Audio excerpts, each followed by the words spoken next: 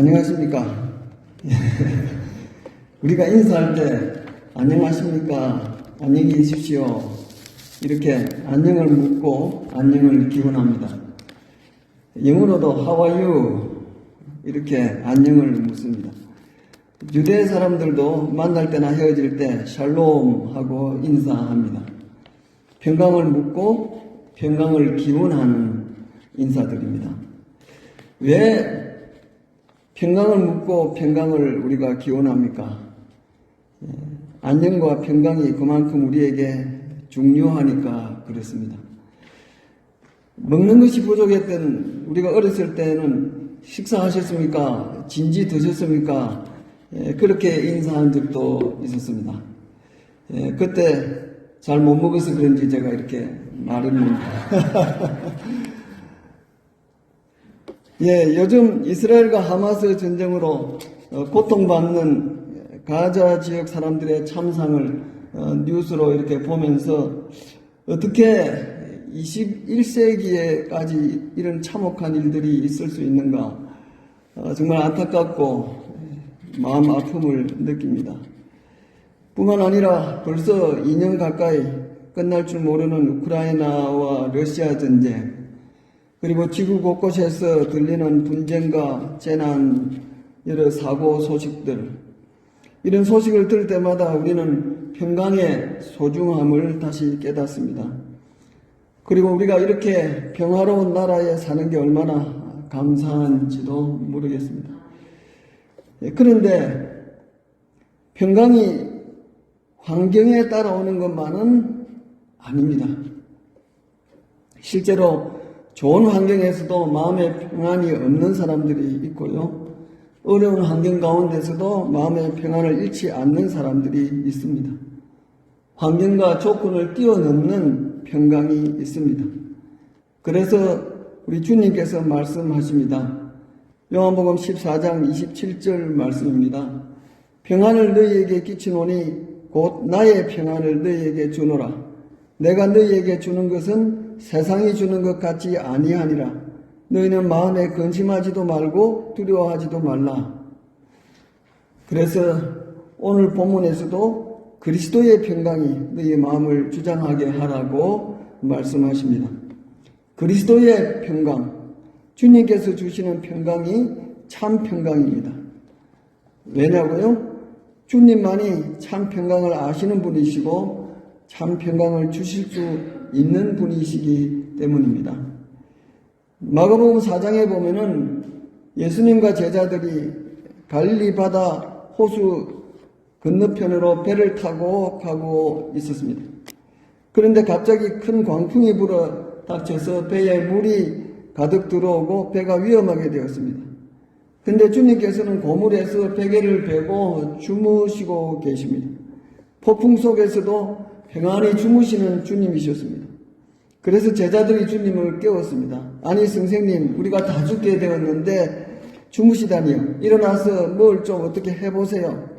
그러니까 주님께서 일어나셔서 바람을 꾸짖으시고 바다들어 잠잠하라, 고요하라 명령하십니다. 그러니까 바람이 그치고 아주 잔잔하여지더라. 할렐루야. 그러니까 제자들이 놀라가지고 말합니다. 저가 니기에 바람과 바다로도 순종하는가. 주님은, 우리의 주님께서는 이런 분이십니다. 믿으십니까? 아멘. 우리 인생의 풍랑도 잠잠케 하시는 주님을 우리는 믿습니다. 평강의 왕으로 이 땅에까지 오셨던 우리 주님을 믿습니다.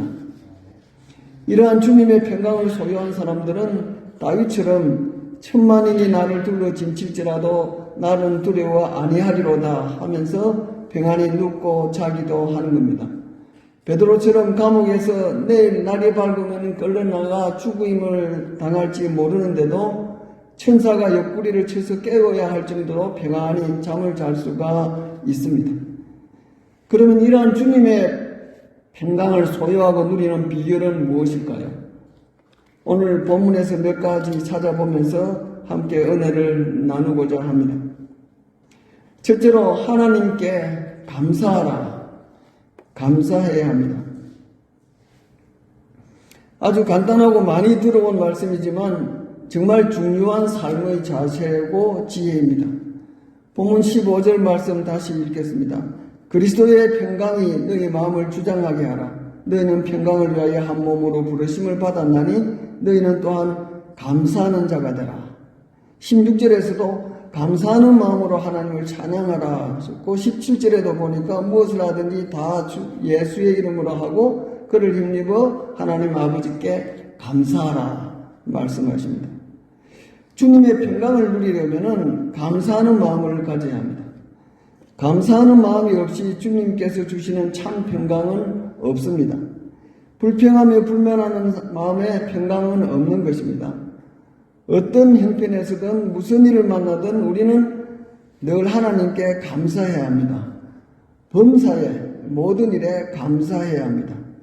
이것이 사실은 평강의 비결입니다. 다니엘 6장에 보면은 우리가 다 잘 아는 이야기인데요. 다니엘이 자기를 시기하는 방백들의 권모술수에 걸려서 사자굴에 던져짐을 당할 위기에 처했습니다.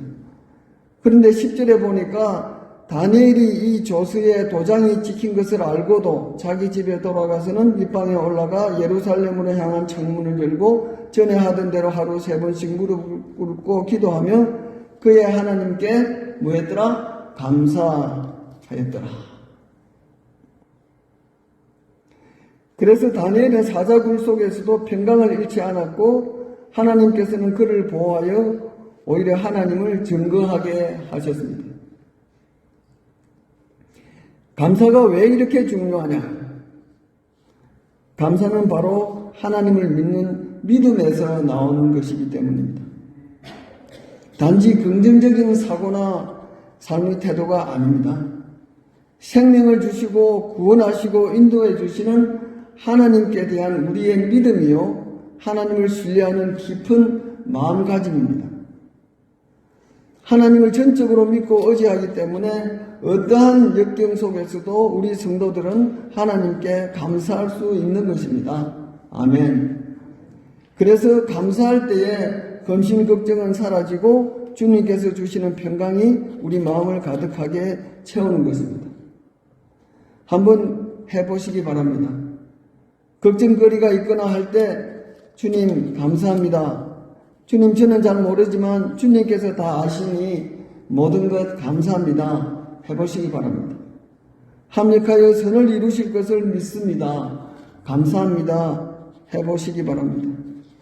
평강이 찾아옵니다. 세상이 모르는 평강, 주님만이 주실 수 있는 평강이 찾아오는 것을 믿습니다. 그래서 우리가 잘 아는 빌립보서 4장 6절 7절 말씀 스크린에 떠나요? 안 되겠네. 예, 그러면 제가 읽겠습니다. 함께 읽으려고 했는데 빌립보서 4장 6절 7절 말씀 우리가 잘 아는 말씀입니다. 아무것도 염려하지 말고 다만 모든 일에 기도와 간구로 너희 구할 것을 감사함으로 하나님께 아뢰라. 그리하면 모든 지각에 뛰어난 하나님의 평강이 그리스도 예수 안에서 너희 마음과 생각을 지키시리라. 아멘. 아멘. 이 말씀이 정말 진리더라고요. 저도 이제 이만큼 살아오고 목회도 하고 하면서 기도도 한다고 많이 하고 했는데요. 어려움이 있을 때 대부분의 사람들이 기도를 합니다. 그러나 감사가 없이 기도하면은 자칫 걱정만 늘어놓는 기도가 되고 문제만 곱씹는 시간이 되고 심지어 신세 타령이 될 수도 있습니다. 그래서 기도하고도 마음의 평강이 없습니다.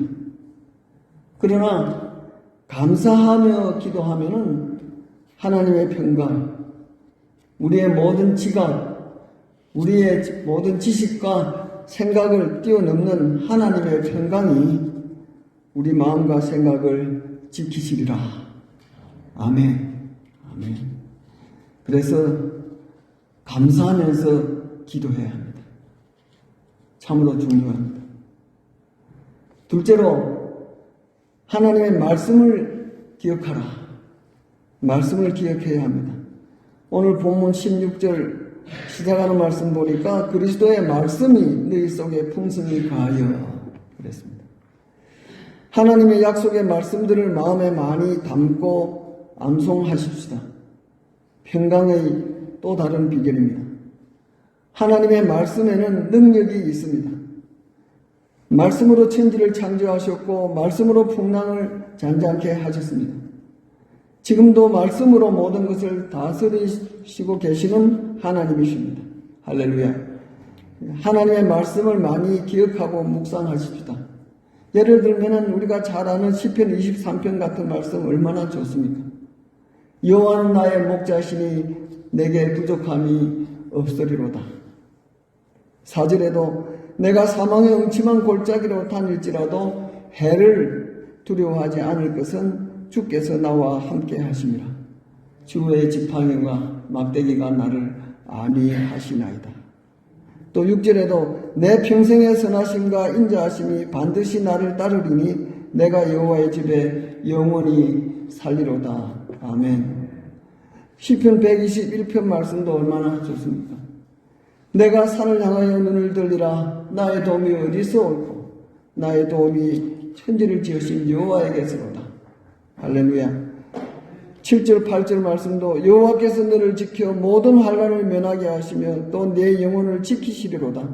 여호와께서 너의 출입을 지금부터 영원까지 지키시리로다. 아멘. 이사야 41장 10절 말씀도 기억할 때마다 힘을 얻고 용기를 얻는 말씀입니다. 우리 함께 읽겠습니다. 두려워하지 말라. 내가 너와 함께함이라. 놀라지 말라. 나는 네 하나님이 되리라. 내가 너를 굳세게 하리라. 참으로 너를 도와주리라. 참으로 나의 의로운 오른손으로 너를 붙들리라. 아멘. 이런 말씀의 예를 들려면은 끝이 없습니다. 주님의 초청의 말씀도 있습니다. 마태복음 11장 28절 수고하고 무거운 짐진 자들아 다 내게로 오라. 내가 너희를 쉬게 하리라. 격려의 말씀도 있습니다. 요한복음 16장 33절 이것을 너희에게 이르는 것은 너희로 내 안에서 평안을 누리게 하려 함이라. 세상에서는 너희가 환난을 당하나 담대하라. 내가 세상을 이기었노라. 아멘. 사도들을 통해서 주신 약속의 말씀도 있습니다. 로마서 8장 28절 우리가 잘 아는 말씀인데 같이 한번 읽겠습니다. 우리가 알거니와 하나님을 사랑하는 자 곧 그의 뜻대로 부르심을 입은 자들에게는 모든 것이 합력하여 선을 이루느니라. 아멘. 그래서 베드로전서 5장 7절에서는 너희 염려를 다 주께 맡기라. 이는 그가 너희를 돌보심이라 했습니다. 이전의 번역에서는 너희 염려를 다 주께 맡겨버리라 까지 이야기했습니다. 이는 저가 너희를 권고하심이니라. 이런 위로와 격려의 말씀만이 아닙니다.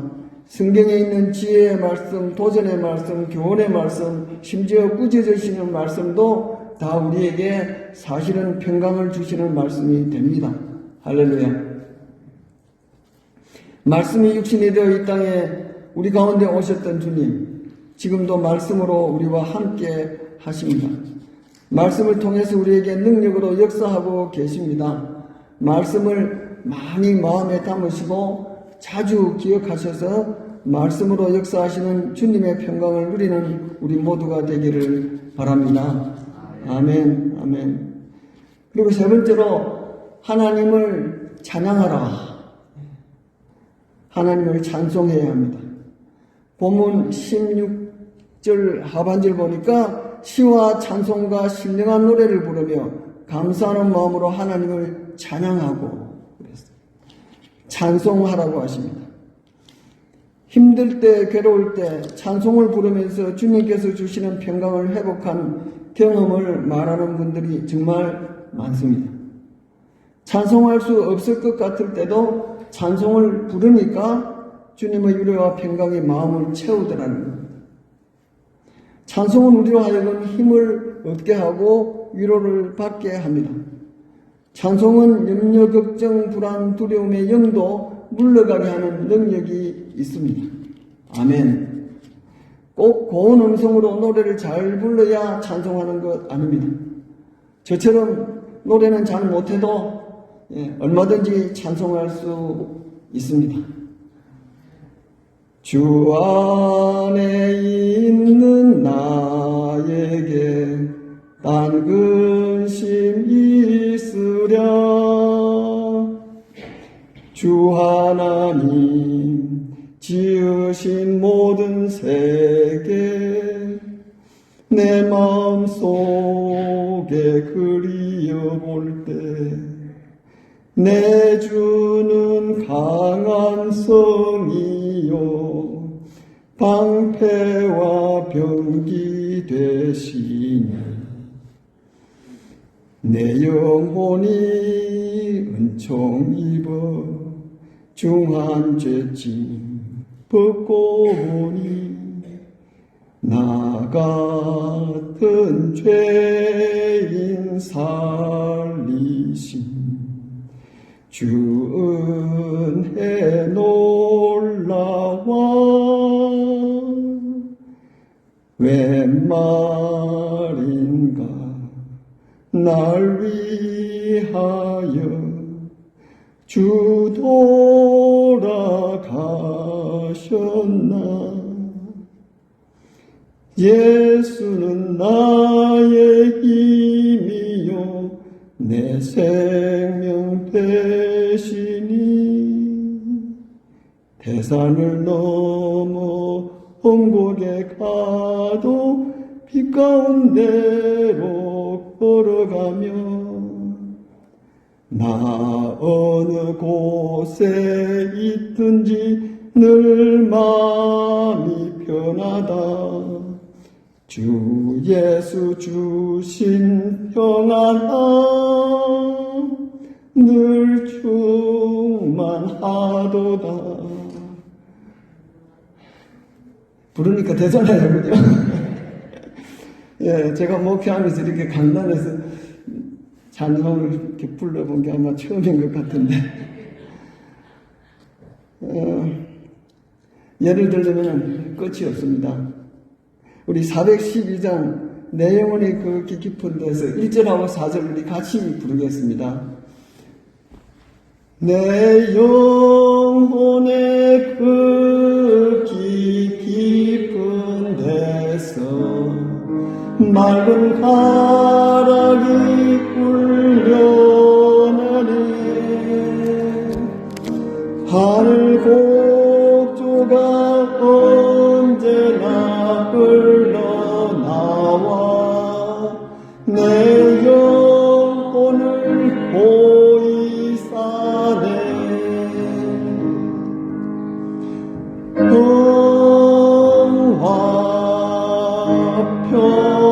평화로다 하늘 위에서 내려오네.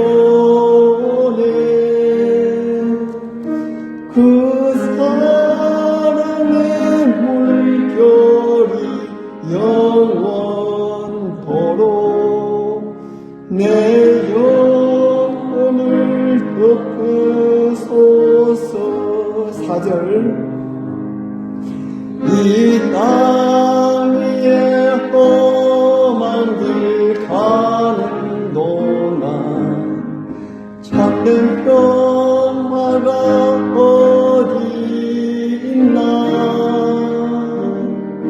우리 모두 다 예수를 친구 삼아 참 평화를 누리겠네.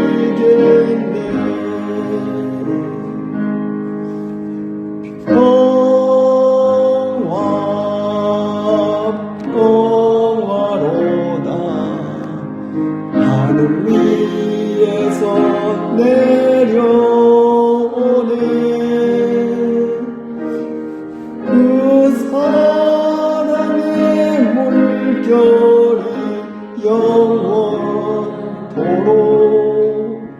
내 영혼을 덮으소서.